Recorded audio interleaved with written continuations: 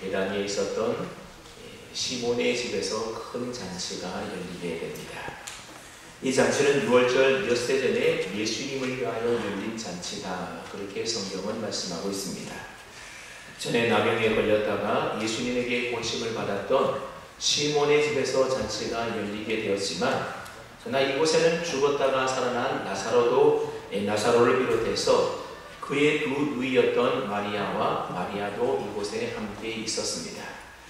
근데 그 잔치집에는 초대받지 않는 손님들이 많이 와 있었습니다. 구절 말씀에 보면 유대인의 큰 무리가 예수님이 그곳에 계신 줄 알고 왔다, 그런 말씀이 있습니다. 이때는 유월절을 지키고자 많은 사람들이 예루살렘으로 모여들고 있는 시기였습니다. 그리고 베다니는 예루살렘에서 가까울 뿐만 아니라 예루살렘에 올라가는 길목에 있었던 동네가 바로 이 베다니입니다. 그러다 보니 예수님께서 베다니에 계신다, 그런 소문이 아마도 금방 삽시간에 퍼져 나갔던 것 같습니다. 그래서 죽었다가 다시 살아난 나사로의 일을 들어서 알고 있었던 많은 유대인들이 예수님과 또 죽었다가 다시 살아난 이 나사로를 보기 위하여 앞다투어서 이곳으로 모여들게 되었던 겁니다. 그래서 순식간에 베다니 시몬의 집에는 수많은 인파들로 문전성시를 이루었습니다.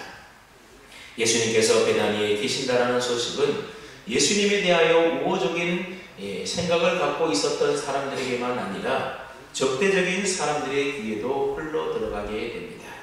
그래서 오늘 본문 10절 말씀에 보면 예수님과 나사로 그 사건으로 인하여서 아주 예민해질 대로 예민해진 대제사장들이 함께 모여서 모의를 벌이게 됩니다. 이들 대제사장들은 죽은 자의 부활과 영생을 부인하는 사두개파 사람들입니다. 그러다 보니 죽었다가 다시 살아난 나사로의 사건으로 인하여 그들이 느끼는 불안감과 또 위험이라고 하는 것은 아마도 바리새인들보다도 훨씬 더 컸다, 그렇게 볼 수가 있습니다. 그래서 나사로 사건의 소식을 듣고 모였던 사내들인 공회는 이미 예수님을 죽이기로 결의한 바가 있습니다. 그랬던 그들이 많은 유대인들이 나사로를 보기 위하여 베다니 시몬의 집에 모였다, 그 소식을 듣고서는 또 다른 대책을 하기 위하여 모였던 겁니다. 그래서 그들은 모의를 하면서 대책을 내어보았는데 그것은 바로 죽었다가 다시 살아난 이 나사로까지 죽여야겠다라고 하는 그런 모의였습니다. 왜냐하면 나사로는 부활의 산 증거요, 산 증인이기 때문에 그렇습니다. 그가 두 발로 걸어다니는 이상 그가 아무 말을 하지 않는다 하더라도 이 나사로의 존재 자체는 이미 부활의 증거가 되는 것이고, 그를 죽음에서 살리신 예수님이 하나님의 아들 그리스도라고 하는 것을 증거하고 나타내 보여주기 때문에 그렇습니다. 그래서 대제사장들은 이제 나사로까지 죽이기 위하여 모의하게 됩니다. 그러니 이들이 일을 처리해 나가는 방식들을 우리가 가만히 살펴보게 되면 지극히 세상적인 방식들로 일을 처리해 나가고 있었다는 것을 알게 됩니다. 대제사장들은 온 유대인들의 종교적인 모든 책임을 맡고 있던 종교 지도자들이었음에도 불구하고, 그러나 그들은 하나님을 믿지 않는 세상적인 사람들의 방식과 방법으로 일들을 처리해 나가고 있었던 겁니다. 그들은 그저 자기들을 불편하게 만들고 또 자기들의 기득권에 방해가 되는 것들을 찾아서 그 증거를 없애고자 혈안이 되어 있었습니다. 그러나 그들은 지금 자기들이 하는 방식이 얼마나 많은 사람들을 죽여야 하는지 생각조차 하고 있지 않았던 것입니다. 그리고 이들의 방식은 나중에 로마가 그대로 받아들이게 됩니다. 그래서 로마 황제들은 기독교의 생명의 증거를 없애기 위해서 얼마나 많은 성도들을 잡아서 죽였는지 모릅니다. 그러나 기독교의 증거는 뿌리 뽑히지 않게 되었고 계속해서 더욱더 크게 번져만 갔던 겁니다. 결국 나중에는 예수 생명의 증거가 로마를 집어삼키게 되어서 기독교가 인정을 받게 되고 결국 기독교가 로마의 국교가 되게 됩니다. 여러분, 이것이 바로 기독교의 역사입니다. 그런데 오늘 우리들은 그 일이 어떻게 시작되었는가를 오늘 본문 말씀을 통하여 우리가 보게 되는 겁니다. 그러게 볼 때 오늘 본문에 등장하는 나사로는 어떤 면에서 본다면 기독교 역사상 가장 최초의 탁월한 예수 그리스도의 증인이었던 인물이다, 그렇게 볼 수 있습니다.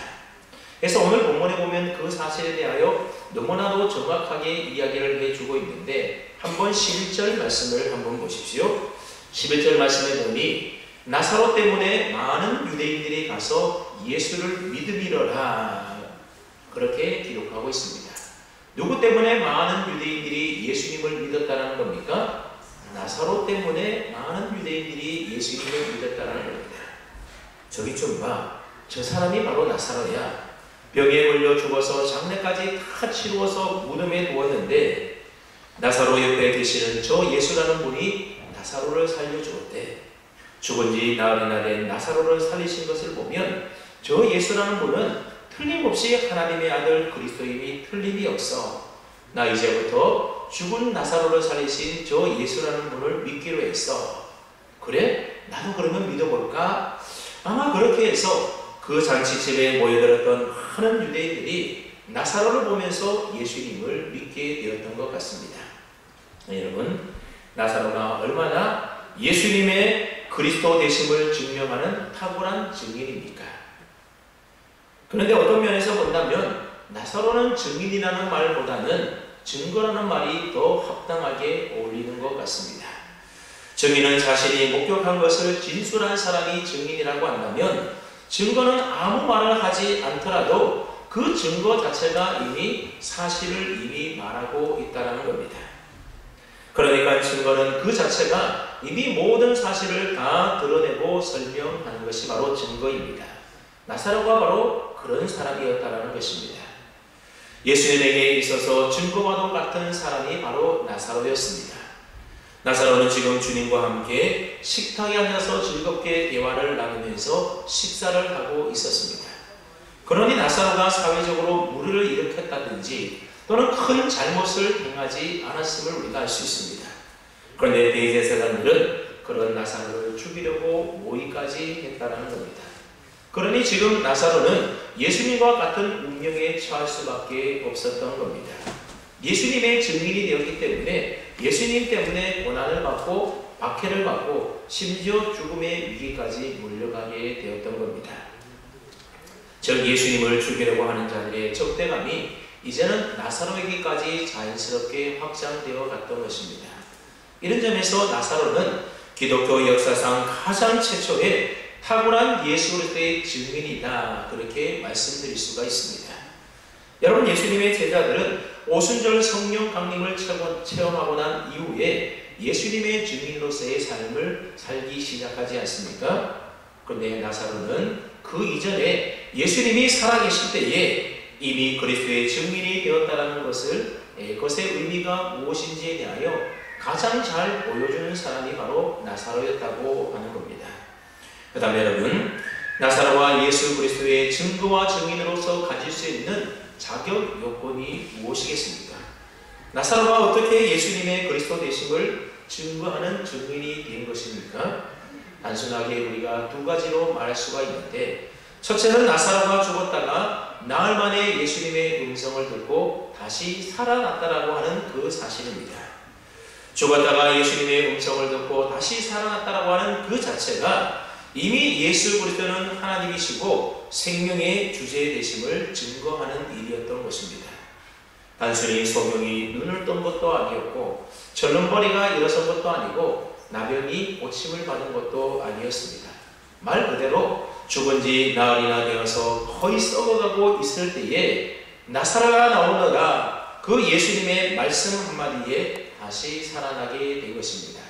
죽었다가 다시 살아난 그 자체가 바로 나사로가 예수님의 그리스도 되심을 증거하는 증거가 된다는 겁니다. 둘째로 나사로는 예수님과 함께 있었다라고 하는 겁니다. 12장 2절 말씀에 보면 나사로는 예수와 함께 앉은 자 중에 있더라, 그런 기록의 말씀이 있는데 이 말씀은 참으로 중요한 기록의 말씀입니다.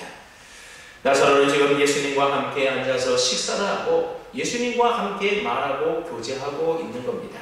즉 주님과 함께 시간을 보내고 있습니다. 그러니까 죽음을 경험했던 나사로가 다시 살아나서 엉뚱한 곳에 그의 인생을 낭비하고 있지 않았다는 겁니다. 사실 예수님과 함께 앉아서 식사를 했다라고 하는 것이 나사로에 대한 성경의 마지막 기록입니다. 예수님과 더불어서 함께 식사를 했다라고 하는 것은 매우 중요한 상징적인 의미가 이 속에 담겨져 있습니다. 요한계시록 3장 20절 말씀에 보게 되면 볼지어다 내가 문 밖에 서서 문을 두드리노니 누구든지 내 음성을 듣고 문을 열면 내가 그에게로 들어가 그와 더불어 먹고 그는 나와 더불어 먹으리라. 그런 예수님의 말씀이 기록되어 있습니다. 이 말씀은 우리가 예수님을 그리스도로 영접하게 되면 그 예수님으로 말미암아 생명을 얻게 된 자가 그리스도와 함께 더불어 먹고 마신다. 그런 의미의 교훈의 말입니다.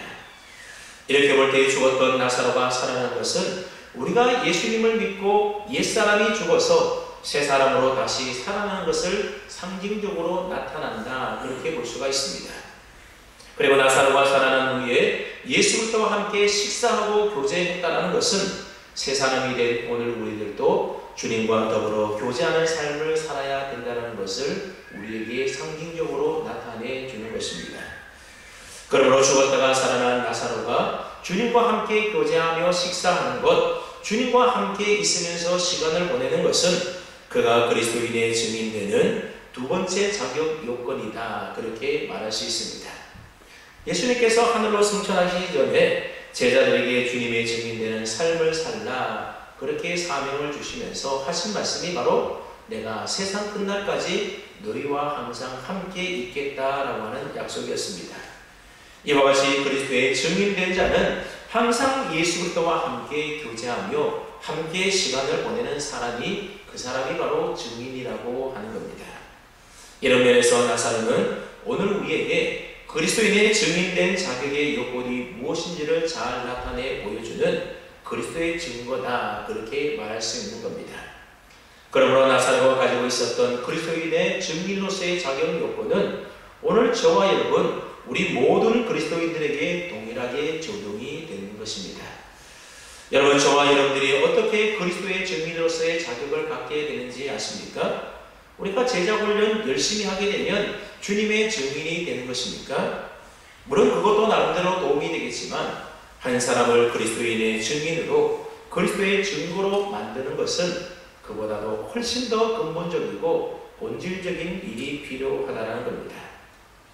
저와 여러분들이 예수 그리스도의 증인되는 첫 번째 자격 요건은 나사로와 마찬가지로 죽었다가 다시 살아나는 분명한 거듭난 사람인가라고 하는 것입니다. 에베소서 2장 1절 말씀에 보게 되면 우리 모든 예수 믿는 사람들은 이전에 다 죄와 허물로 죽었던 사람들이다. 그렇게 기록하고 있습니다.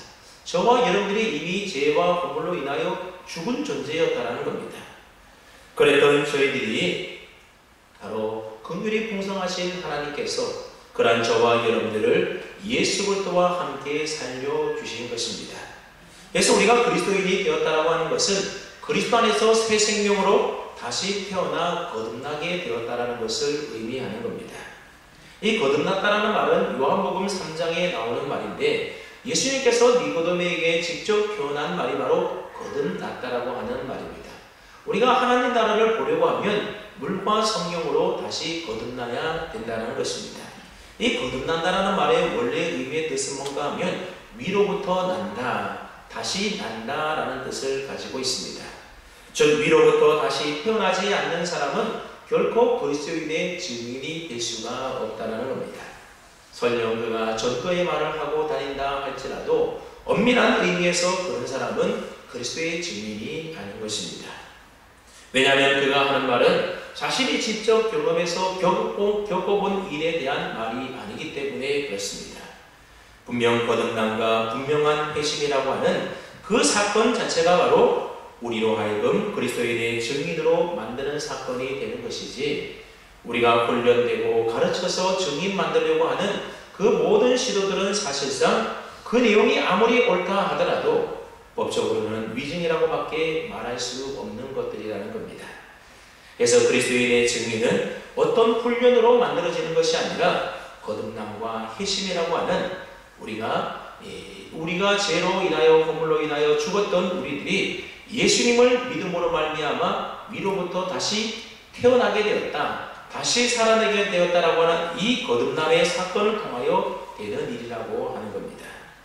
그 다음에 여러분들은 분명히 거듭난 사람들입니까? 여러분들은 확실히 회심하였습니까? 그렇다면 여러분들은 그리스도인의 증인된 자격을 갖춘 사람이 되는 것입니다. 두 번째로 무엇이 저와 여러분들로 하여금 예수 그리스도의 증인되는 삶을 만드는가 하면 나사로와 마찬가지로 다시 살아난 사람은 그리스도와 더불어 함께 시간을 보내므로 그리스도와 함께 교제함으로 증인이 된다고 하는 것입니다. 성경을 보면 예수님께서 죽었던 사람들을 살려주신 적이 나사로를 살리신 일 외에도 2번이나 더 있었습니다. 우리가 아는 대로 회당장 야이로의 어린 딸을 예수님께서 살려주신 적이 있었고, 그리고 나인성 과부의 젊은 아들도 살려준 적이 있었습니다. 그런데 이 두 사람의 경우에는 그들을 살린 이후의 이야기가 어떻게 되었는지에 대해서 전혀 성경이 따로 언급하고 있지 않습니다. 그런데 나사로는 그가 죽었다가 살아난 이후에 예수님과 함께 식사를 하시면서 교제하는 모습이 성경에 기록되어 있습니다. 예수 그리스도로 말미암아 다시 살아난 사람은 나사로처럼 이렇게 주님과 함께 먹고 마시고 교제하는 삶 속에 살아가야 된다는 겁니다. 죄와 허물로 죽었던 이전에는 하나님과 원수된 관계였기 때문에 도저히 우리가 하나님과 주님과 함께 교제할 수가 없었습니다. 그러나 예수 그리스도를 믿음으로 다시 살아난 자는 하나님과 이제 화목하게 되어서 그 표시로 함께 식사하고 함께 교제하며 함께 시간을 보낼 수가 있는 겁니다. 그래서 이제부터는 그리스도와 함께 사는 새로운 존재가 된 것입니다. 전에는 상상할 수도 없는 일이었지만 이제는 그리스도와 함께 시간을 보내기 시작하며 그리스도와 함께 친밀한 교제 안에 거하는 삶을 우리가 살아갈 수 있게 된 것입니다. 그렇게 그리스도와 함께 교제하며 시간을 보내므로 주님에 대하여 더 깊이 알아가게 되고 그래서 주님과 닮아가게 되는 겁니다. 그렇게 될 때에 저와 여러분들은 그리스도의 증인된 자격을 갖춘 사람이 되어지게 되는 겁니다.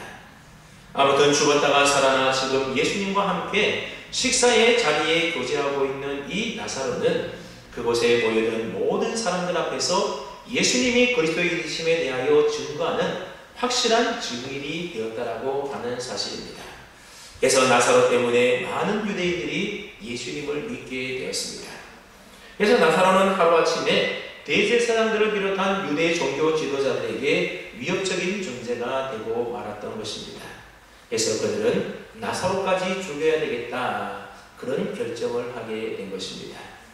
즉 성경이 가르쳐주고 있는 것이 무엇인가 하면 그리스도의 증인은 증인으로서의 대가를 지불하게 된다고 하는 사실입니다. 사실 나사로가 위협적인 존재가 된 것은 사회적, 종교적 이유가 섞여 있는 문제 때문이었습니다. 대제사장들이 자기가 가지고 있는 유대 사회에서의 독점적인 특권과 신분을 유지하는 데 있어서 이 나사로의 존재만큼이나 큰 위협이 되는 사람이 없었다고 생각했습니다. 왜냐하면 자신들이 관리하고 독점하고 있는 이 성전에서 나오는 수입이라고 하는 것은 유대 사회가 절대적으로 안정적으로 잘 유지되어야만 그들이 계속해서 얻어 누릴 수 있는 기득권과 같은 것들이었습니다.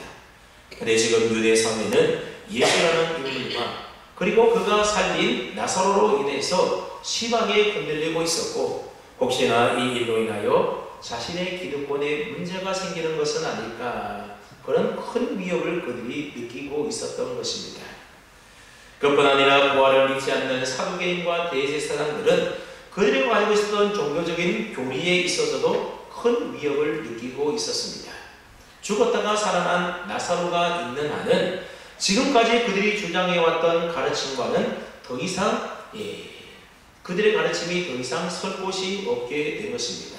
그래서 많은 사람들이 봐라, 이 나사로는 죽었다가 다시 살아나지 않았느냐, 그러면 부활도 있고 영생도 있다, 그렇게 생각하기 때문에 그들이 주장이 더 이상 사람들에게 먹혀 들어갈 수가 없게 된 겁니다.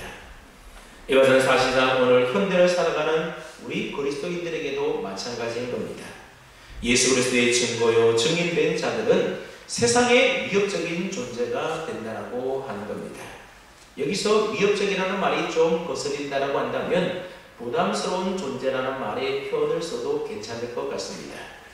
즉 우리 그리스도인들은 자기들이 원하든 원치 않든 세상의 위협적인 존재, 즉 세상 사람들에게 부담스러운 존재가 되는 길을 피할 길이 없는 것입니다. 혹시 여러분들은 오늘 본문의 나사로처럼 예수님을 믿는 믿음과 그 신앙 때문에 누군가에게 위협이 되거나 남들에게 부담스러운 존재가 되어본 적이 있으십니까? 아니면 불신자들이 여러분들을 볼 때에 아무런 부담도 되지 않는 나와 진정 한편이라고 생각되고 있지는 않습니까? 앞서 얘기한 대로 예수님의 증인은 대가를 치를 준비를 해야만 하는 겁니다. 그 하나가 바로 사람들로부터 미움과 비난을 받는 것입니다. 그래서 예수님은 이미 마태복음 5장 11절로 12절 말씀에서 이렇게 말씀한 바가 있습니다. 나로 말미암아 너희를 욕하고 박해하고 거짓으로 너희를 거슬러 모든 악한 말을 할 때에는 너희에게 복이 있나니 기뻐하고 즐거워하라. 하늘에서 너희의 상이 크니라. 너희 전에 있던 선지자들도 이같이 박해하였느니라. 그렇게 예수님이 말씀하셨습니다. 예수님을 믿어 그리스도인의 증인이 되게 되면 이런 일들이 일어나게 된다는 겁니다. 하지만 예수님은 미움받고 비난받고 박해받는 것이 오히려 우리에게 기뻐할 일이고 즐거워할 일이라고 말씀하고 있습니다. 왜냐하면 그것은 바로 하늘에서 받게 될 상급이 큰 복과도 같은 일이기 때문이라는 겁니다. 그러니 예수님의 증인되어서 받게 될 대가에 대하여 겁낼 필요가 없다라고 예수님이 말씀해 주셨습니다. 오히려 그것은 우리 성도들에게 있어서는 훈장이요 복과도 같은 것들입니다. 또 요한복음 15장에 보게 되면 예수님께서 장차 증인이 되어야 될 제자들에게 그와 관련된 일들에 대하여 좀 더 상세하게 말씀한 바가 있습니다. 요한복음 15장 18절로 20절 말씀 우리가 조금 뒤에 있는데 오늘 12장이니까는 한 3장 정도만 뒤로 넘겨서 요한복음 15장 18절로 20절 말씀을 한번 보십시오.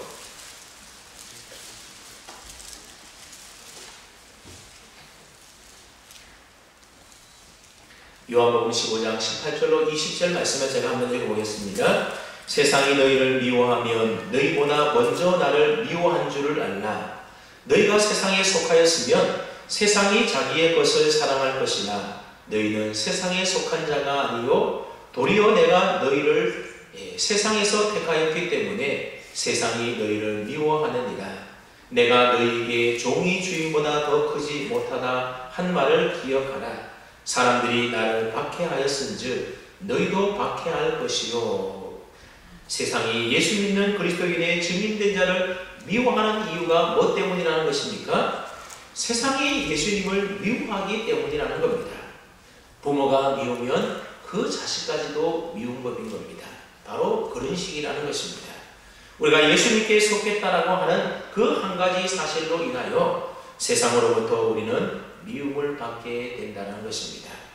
그리고 우리들이 예수 그리스도의 이름을 말하기 때문에 미움을 당하게 되는 것입니다. 만약 여러분들이 예수님의 이름도 복음도 말하지 않고 그냥 잠잠하게 살아가기로 작정하셨다라고 한다면 세상은 여러분들이 누구인지를 알 길이 없기 때문에 여러분들이 세상에 하나님께 속한 사람이라는 것을 알지 못하기 때문에 세상은 여러분들을 미워하지 않고 아마 좋아하게 될 것입니다. 그러나 여러분들이 주님의 증인으로 한번 살아보십시오. 여러분들이 예수님께 속한 사람이라고 한번 말을 하며 다녀보십시오. 그 순간 사람들이 여러분들을 미워하고 비난하게 될 것입니다. 우리 그리스도인들은 이것을 각오해야 하는 겁니다. 이것이 바로 그리스도를 믿는 자들, 즉 거듭난 하나님의 자녀들이 그리스도인의 증인으로서 살아가면서 치러야 될 대가들이라고 하는 것입니다. 근데 여러분, 그리스도의 증인이 치를 대가가 그저 남들에게 미움이나 비난받을 정도라고 한다면 그나마 좀 그래도 해볼만 하지 않습니까? 그러나 성경이 우리에게 가르쳐주는 것은 그리스도의 증인이라고 하는 것은 그 증거 때문에 때로는 죽기도 해야 한다는 것입니다. 다시 살아난 나사로의 이후의 삶에 대해서 요한복음 12장은 더 이상 12장 외에는 성경이 더 이상 침묵하고 있습니다. 아마도 오늘 본문에서 말하는 대제사장들의 음모대도 나사로가 잡혀서 죽었었는지도 모릅니다.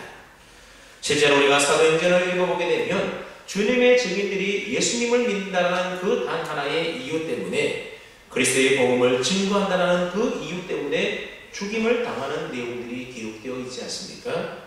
그래서 사도행전 7장에 보게 되면 초대교회 7집사 중에 한 사람이었던 스데반이 유대인들의 돌에 맞아서 순교를 당하게 됩니다.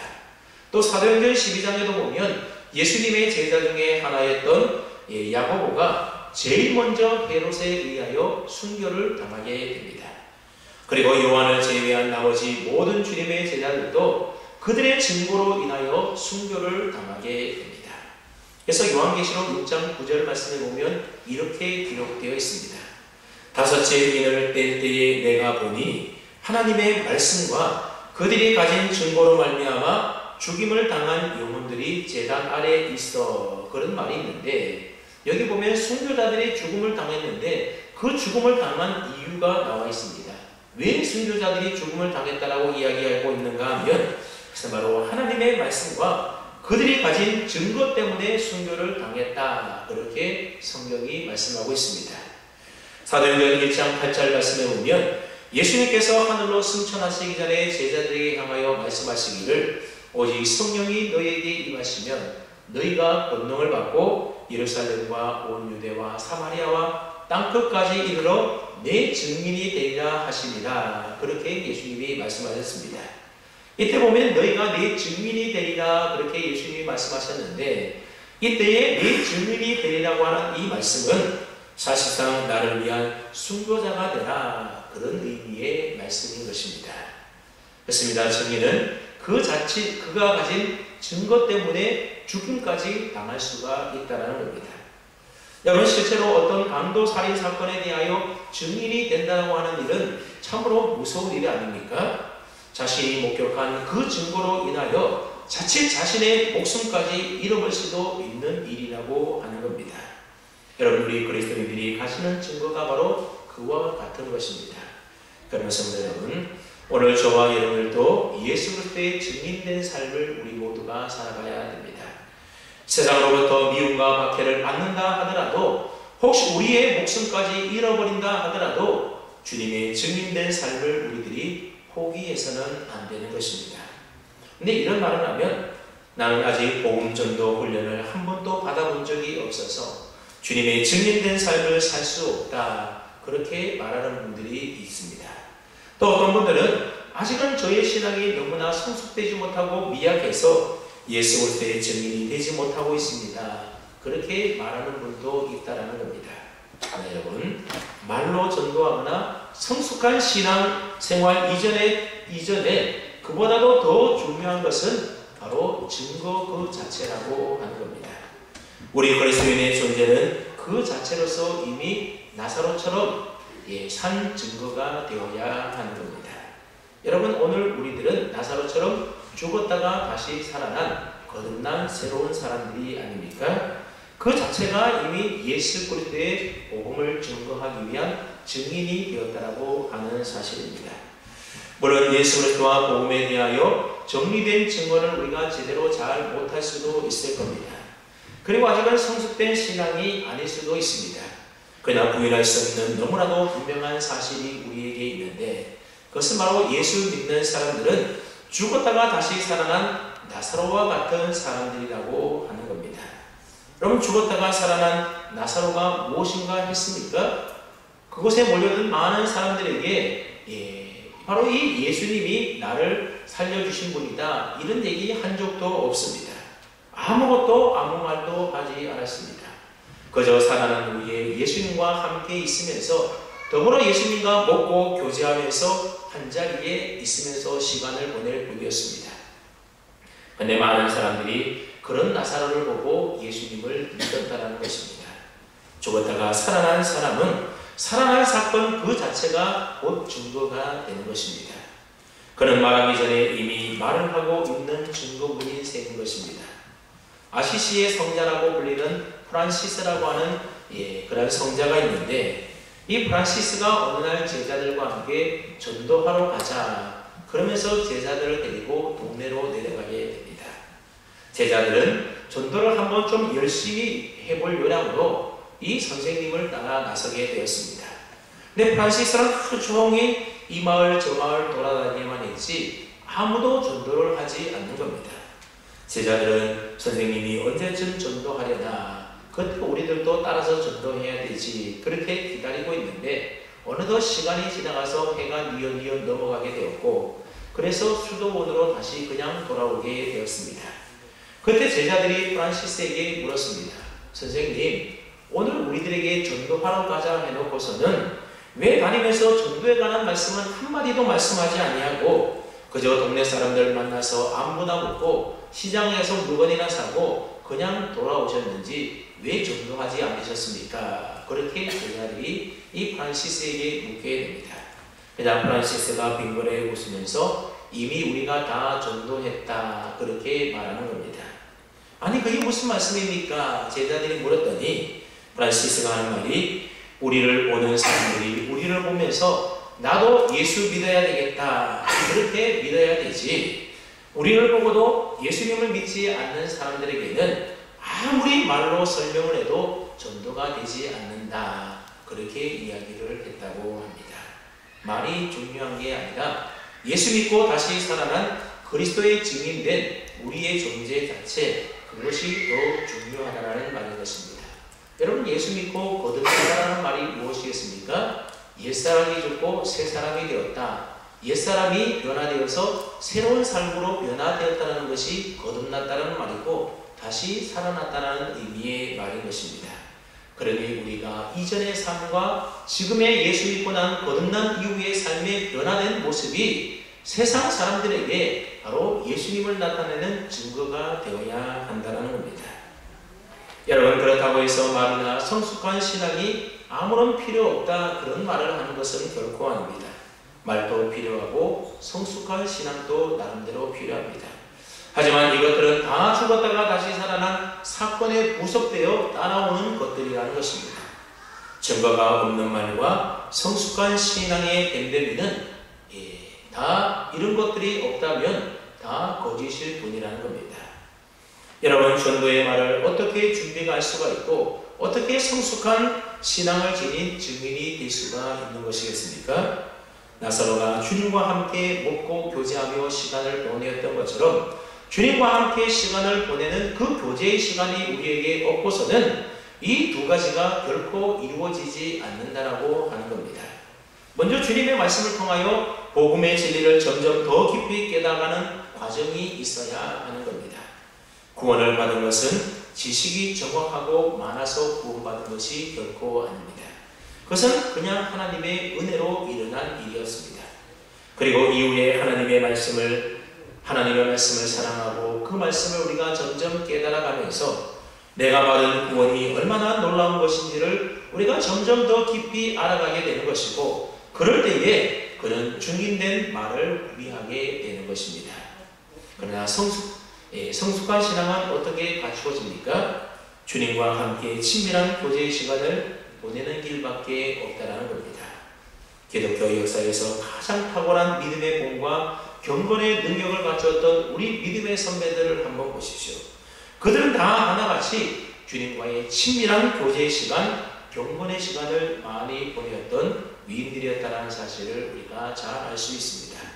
주님과 함께 친밀한 교제의 시간을 보내는 일 없이는 결코 그리스도를 닮아갈 수도 없고 그리스도인의 증인될 수도 없고 성숙한 신앙인도 될 수가 없는 겁니다. 그래서 주님과 함께 친밀한 교제의 시간을 보낸 것이 없다면 결코 우리는 변하지 않게 되는 겁니다. 주님과 함께 시간을 보내지 않는 능력 있는 증인은 세상 그 어디에도 없습니다. 주님과 함께 시간을 보내는 사람은 자기를 부인할 수 있는 힘을 얻게 되지만, 그러나 주님과 함께 시간을 보내지 않는 사람은 결코 자기를 부인하는 그리스도를 닮은 성숙한 신앙인이 될 수가 없는 것입니다. 저는 오늘 나사로 때문에 많은 유대인들이 가서 예수를 믿음이로라 라고 하는 이 말씀을 묵상하면서 이런 질문이 생각났습니다. 과연 나 때문에 예수 믿은 사람들이 얼마나 될까? 여러분 때문에 예수님을 믿게 된 사람은 과연 얼마나 됩니까? 이 질문에 대하여 여러분 스스로가 좀 대답을 해볼 수 있기를 바랍니다. 그리고 여러분은 그리스도의 증인이십니까? 그리고 여러분들은 죽었다가 다시 살아난 자임을 확신합니까? 여러분들은 그리스도와 함께 친밀한 교제의 시간을 날마다 보내고 있습니까? 그리스도인의 증거로서 또 그리스도의 증인으로서 마땅히 치를 대가를 지불하며 살아가고 계십니까? 그럴 각오로 살아가고 계십니까? 하나님께서 나사로 때문에 많은 유대인들로 하여금 예수님을 믿게 하셨던 것처럼 오늘 저와 여러분 때문에 많은 사람들이 예수님을 믿게 하시는 그 놀라운 은혜의 역사가 오늘 저와 여러분에게도 꼭 있어지기를 소원합니다. 이것이 사도 바울이 말했던 주님 앞에 서게 될 때에 우리의 상급이요 우리의 면류관이고 기쁨이 되는 것입니다. 저와 여러분에게도 주님 앞에 서는 그날 이러한 큰 상급과 면류관과 기쁨이 되는 많은 영혼들을 구원하는 은혜의 역사가 있기를 주님의 이름으로 축원합니다. 아멘. 걸어가신 아버지